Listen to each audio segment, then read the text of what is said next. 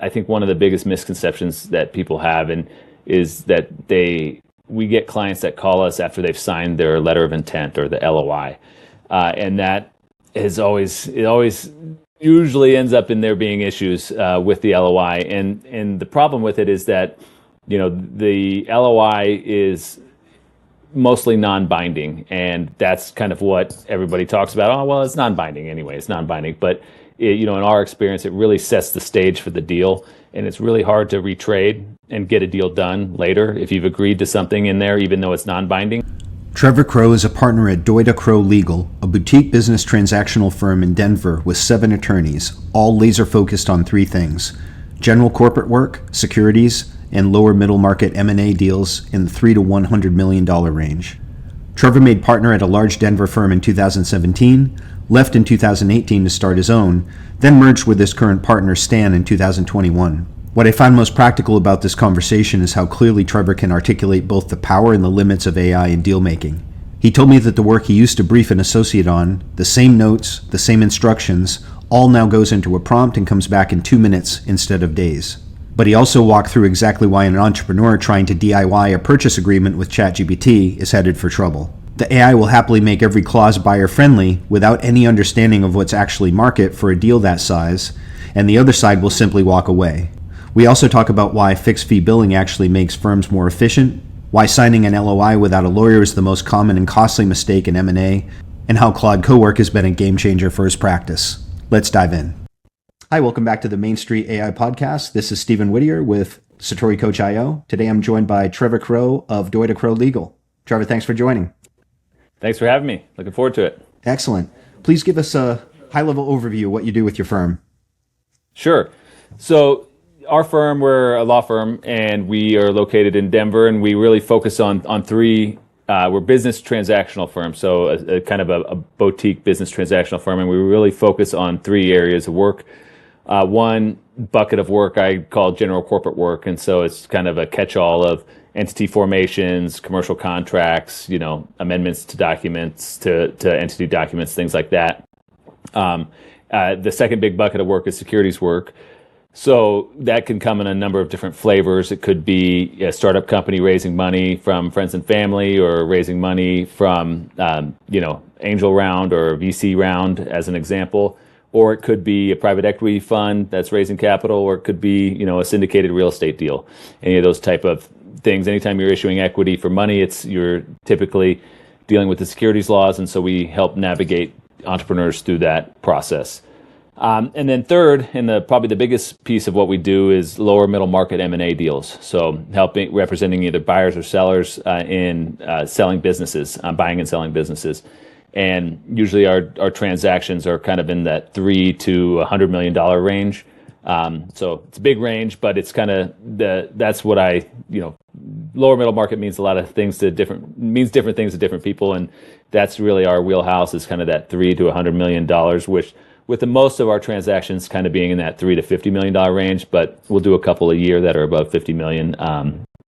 And so, that's what we do.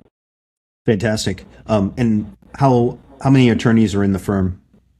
We have 7 attorneys, and they all do the same thing. So we're laser focused on those 3 areas of work. We don't have any litigators or estate planners or anything like that. We're really just focused on those 3 areas.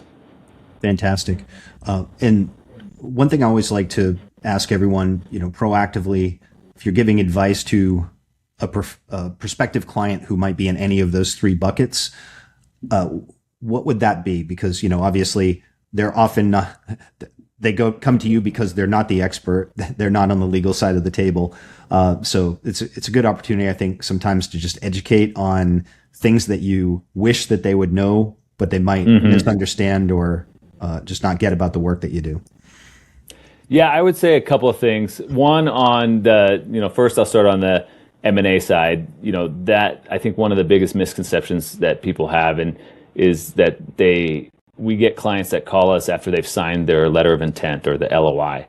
And that is always usually ends up in there being issues with the LOI. And the problem with it is that, the LOI is mostly non-binding, and that's kind of what everybody talks about. Oh, well, it's non-binding anyway. It's non-binding, but in our experience, it really sets the stage for the deal, and it's really hard to retrade and get a deal done later if you've agreed to something in there, even though it's non-binding. To agree to something later or try to negotiate something different later, and so usually it's something small too, something either missing from the LOI, which is hard to spot, if you're not used to doing them, or something small in there that doesn't isn't obvious to somebody who's doing this for the first time or maybe second time, and so that's the big one there. On the entrepreneur sort of startup side, I would say it's a bit of a double-edged sword in this advice here, but because I do appreciate that entrepreneurs just need to take action and they need to start and they need to do things. But I think the biggest issue that I see with those is if you're going to be giving equity to partners, like if there's more than one owner starting the business, you really kind of need to talk to an attorney to get that set up correctly from the beginning, because a lot of things can happen in between, and fights over equity, fights over ownership of IP, things like that are very prevalent and happen often. And so, once you start having partners or other founders, it's really time to start talking to somebody about getting documents set up. Yeah, fantastic advice. In terms of the impact of technology on the field, obviously central theme here for the podcast, where are you seeing this rapid acceleration of AI right now? Where do you see that trending? And are you currently using AI in the firm yourself? Yes, yeah, definitely. We are hoping to be, or trying to be, on the cutting edge of AI and AI use, because I think it's inevitable, and two, it is a great tool to make us more efficient. Where is it going? It's clearly getting better and better, and going to become a must-have, I think, in really probably any business, but especially in the legal field, it will be important to use. I've seen it in a number of different ways. I've seen it because clients are using it.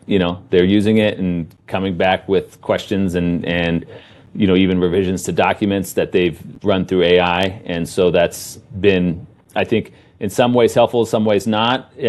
Sometimes it turns into questions that they're asking, but they don't really understand the questions, and so it's not. So it becomes a little bit of an issue. But for the most part, I think it's good to use, and for clients to use it to help them understand things and make sure that they have a clear picture of what the documents they're getting into. We've always had issues with, clients are busy. Entrepreneurs are busy, and that's who we represent. And so, we prepare legal documents and try to go over them with them and try to explain them. But if they're not, really focused on it, then it's hard to make sure that they know exactly what they're getting into. And I think that AI has helped them to get summaries and things like that to understand it quicker. So I think it's helpful there. I think that, it's going to lead to a lot of, where I think it's going is, kind of lower level items are going to be more. There's going to be more DIY, clients out there, or I guess they don't become clients at that point because they're going to be doing some of this stuff themselves. But I think the real benefit, where I see it going at least, is that it's going to be, the ability to create sort of a proprietary sort of system is going to be important for law firms. And I think that's kind of what we're thinking about is, we have a bunch of, nobody starts a purchase agreement from a blank Word document and starts typing, right? It's, you have forms and you have starting points that you've used depending on what type of deal it is and how it's structured. So this is just one example, but, on an M&A deal, if it's an asset purchase agreement and there's, a rollover of equity and things like that, then we might have, we'd have a certain form that we would start from.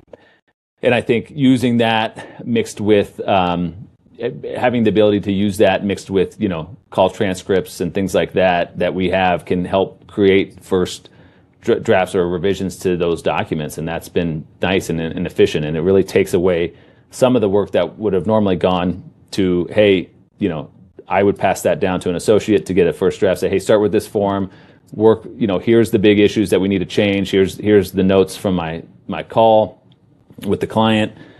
make all these changes, send me a draft. And then they would, revise it, send me a draft, and then I would review it and go over. A lot of that type work can be done a lot quicker now because I can do that through AI and get a pretty comparable product, in 2 minutes as opposed to, the same time that I would 2 minutes from the AI working when I'm not doing any extra work, because I would have still had to have taken my notes, made them concise and provide them to the associate and, do all that stuff that would go into a prompt is the same thing that I'd have to do passing it to an associate. So yeah, a lot of that stuff I think is where it's going now. I don't know, how much more I know it's only getting better from here. So I don't know how that necessarily changes, but you got to be ready to adapt is my opinion. Right. You mentioned a couple of things that you're using it for there. Are there particular tools you're using? Are they all sort of just publicly available like LLMs that you're using right now? Or are there any other like more specific tools that you're leveraging? Yeah, we're experimenting with several tools now and trying to, we started off with ChatGPT, getting the enterprise package with, for the firm. And we started that way. We've since moved to, actually we've kept ChatGPT as well, but we've been experimenting with Claude and Cowork. And that's been a game changer, honestly. That's been a lot better and has allowed us to do a lot of different things. Other sort of AI products, like we use Fireflies for calls and things like that is in our tech stack. And that's definitely been helpful. And the summaries and things that they provide, I guess, would be considered AI as well. And so, that's really what we're using now. We've looked at other things like Harvey and Legora and even another one, I'm forgetting the name right now, Spellbook. We've looked at all these different ones and tried them out. But we found that, at the price point that it seems like Claude Cowork has all the functionality that a lot of those have. So yeah, we're really experimenting now. So I don't think we have a silver bullet on what it's going to be. And I imagine that's going to change over time too. But that's what we're using now. Great. One thing you mentioned too, I just wanted to touch on when you were talking about how you see potentially clients, entrepreneurs using the tech to become more, DIY. Mm-hmm. Are there any potential hazards there that you would warn against? Obviously, there's certain things that are maybe more, what I often refer to as production level law in terms of like kind of standardized contracts and templates and things like that we could easily see happening. But do you think that there's any real risk with people assuming that they can DIY certain things that they absolutely should not? Certainly. Yeah. I think that, one thing is that I've noticed is, depending on how you prompt it, is a big thing, and not knowing what questions to ask or how to prompt is a big issue. And it's hard, if you're doing something for the first time, to know what questions to ask and and how to kind of phrase the prompt. So I think that's an important piece that is where I see as a pitfall where clients using it can run into issues. Agreed on the standard, sort of template type style documents on small things, but like for an M&A transaction, a purchase agreement is pretty nuanced and pretty deal specific. So it's not like, like we have many forms that we would change up and start from depending on what it is. It's not like one purchase agreement can handle it all. And you just start from the same one each time. And so I think that's an issue, the prompting thing and asking the right questions. But I also think that understanding the market, because the AI will oftentimes, if you said, if I'm a buyer in an M&A deal and likely in their prompt and somebody's trying to do it themselves, they may say, make this more buyer friendly, and it's going to, or, make this, put everything in my direction. And so it's going to create suggestions that aren't really market. And so, I've seen that before too, where clients come back and say, well, I need this, and this. And I'm like, well, you're probably not going to get a deal done then. The deal is just not going to happen because nobody agrees on the sell side is not going to agree to all those things. It'd be great to have that, but the purchase price, M&A deal is in any contract is really just an allocation of risk. And you're not going to get a contract that takes away all risk on one side to the other. The other side is just not going to agree to it. So there's these nuanced issues that apply, and it comes with an understanding of what is kind of market for a typical deal, and what's market can vary significantly from deal size. $100 million deal versus a $5 million deal is going to have much different market terms. It just does. And so I think having those nuances, not to mention that oftentimes in an M&A deal, everything is not cut and dried in a strictly economic sense. People aren't going to. Sometimes sellers have different. It's really understanding what are their important points, and that can vary by client. So some sellers, an example, and I'm using M&A deals because that's what we do most of, but there could be a seller in an M&A deal who just is less worried about the purchase price and terms as they are as making sure their employees are going to stay on and be paid reasonable salaries, and they're not going to get a cut, or they're not, it's not some private equity buyer that's going to fire everybody after 10 days of transition services. That could be important to them. And so that's, there's things like that are more nuanced issues that aren't straight economic. What's the best purchase price and how do I protect myself on indemnification? There's other issues. And so it's really understanding all of that I think, can lead to issues with people doing the DIY stuff with it. And if you just haven't done a transaction like that before, or many of them, there's just an experience of what is market and what might be the actual issues here that comes with doing those deals. Absolutely, yeah. There's so much context you would not know to input into the AI, right, to have the correct criteria for getting an accurate result, right? So. Mm-hmm.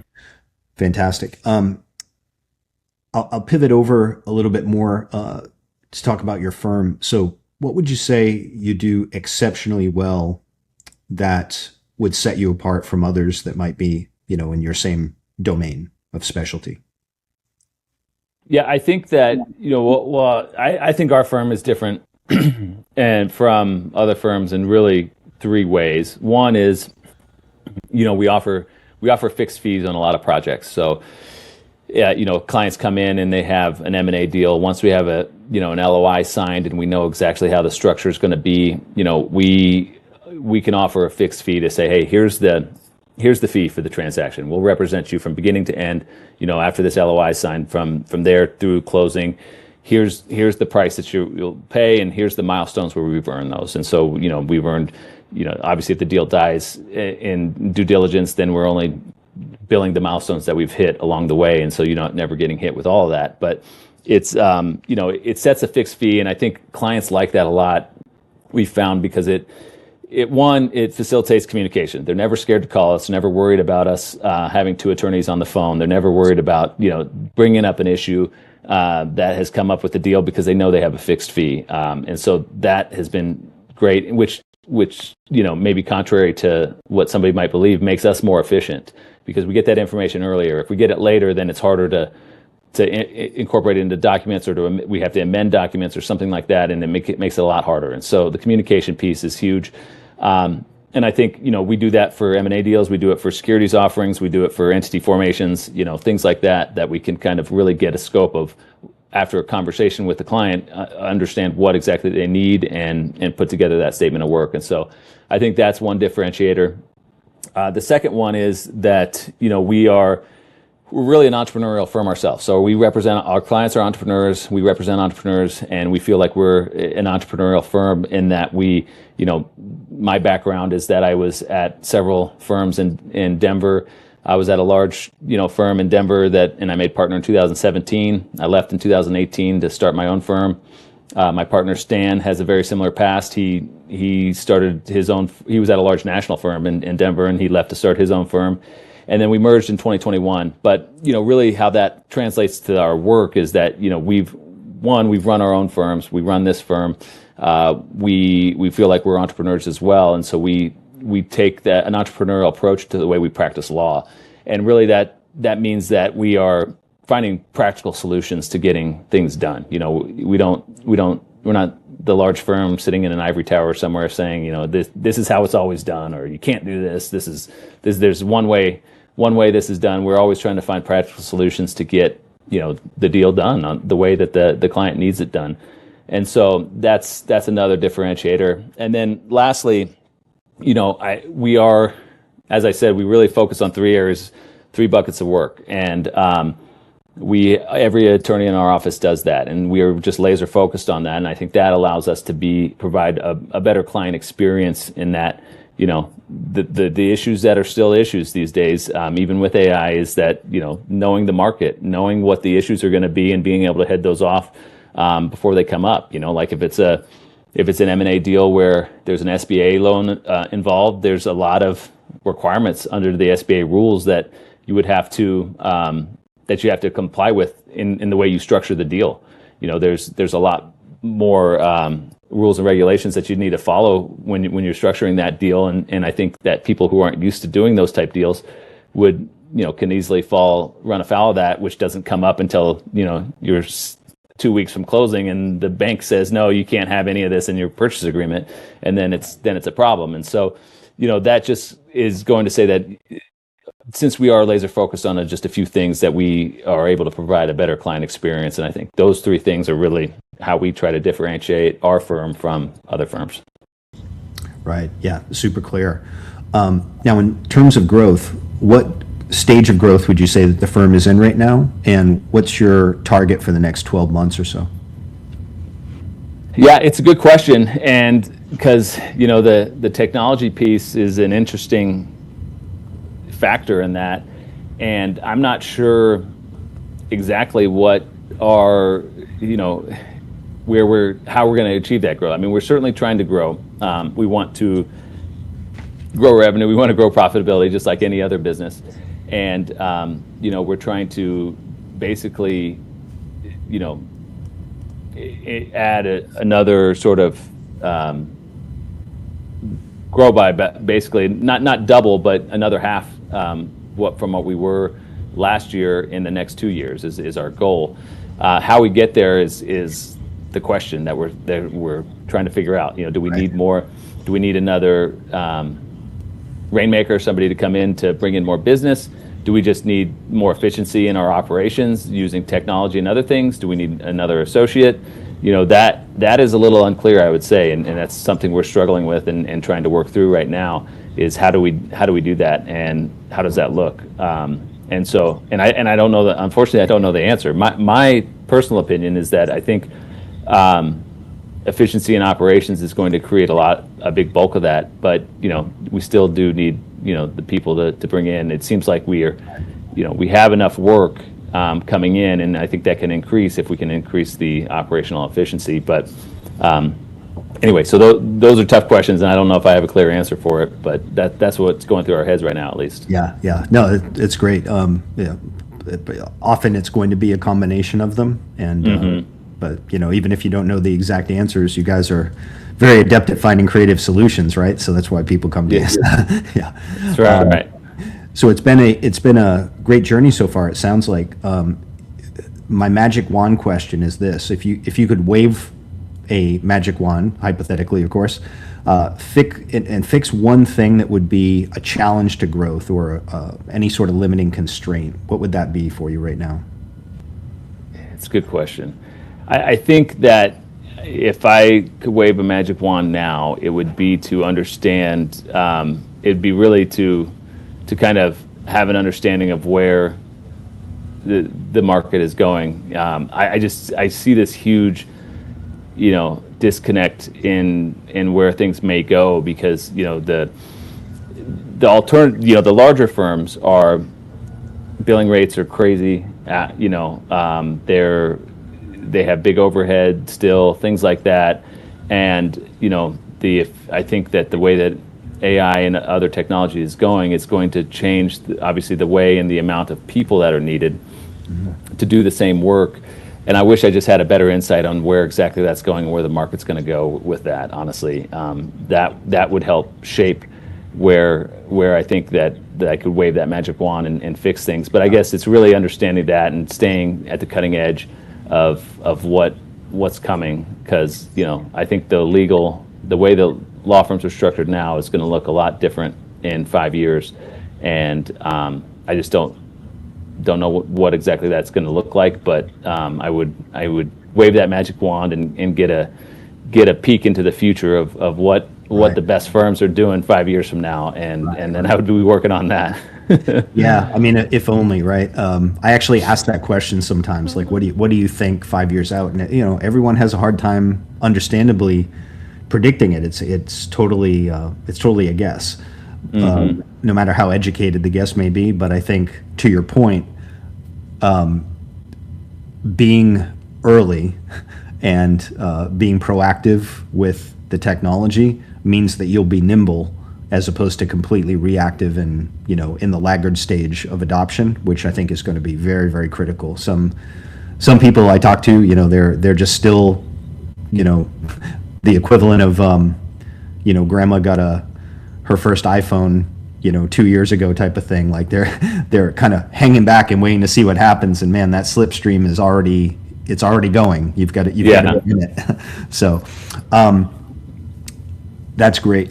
Trevor, where I like to always wrap up is just asking on the personal, the human level, what is it that you would say is your deeper personal motivation, your big why for what you do every day?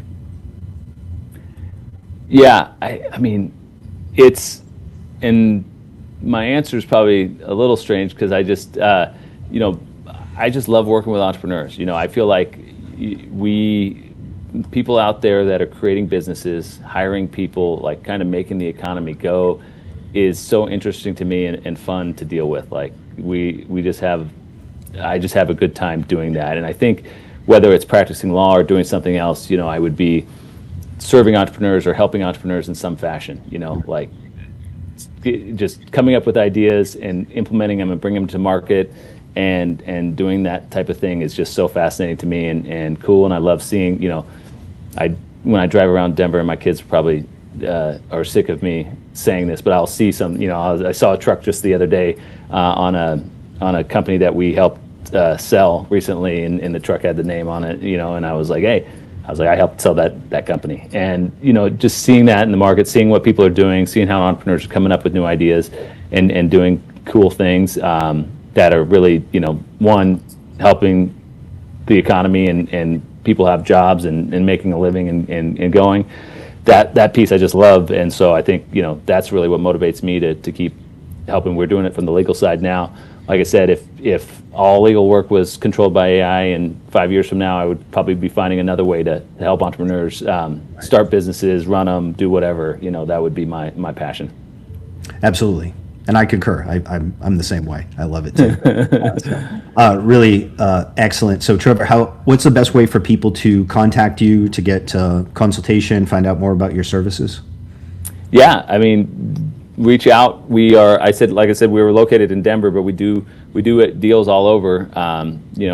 Clients, we've done deals in Texas, Nevada. We did one in Massachusetts a couple of years ago. We've done deals all over. So feel free to reach out. I know your audience is probably spread out across the country, but my best way to reach me is my email. It's trevor@doidacrow.com. And just send me an email. We offer free consultations, and happy to talk to you if you have something that falls in that wheelhouse of, either startup company or, securities offering or an M&A deal, buyer or seller. That's right in our wheelhouse, and we'd be happy to talk to you and see if we can help. Fantastic. All right. Well, thanks so much. You also gave some great education today too, so really appreciate it. Good. Hope so. Thank you. Awesome. Take care.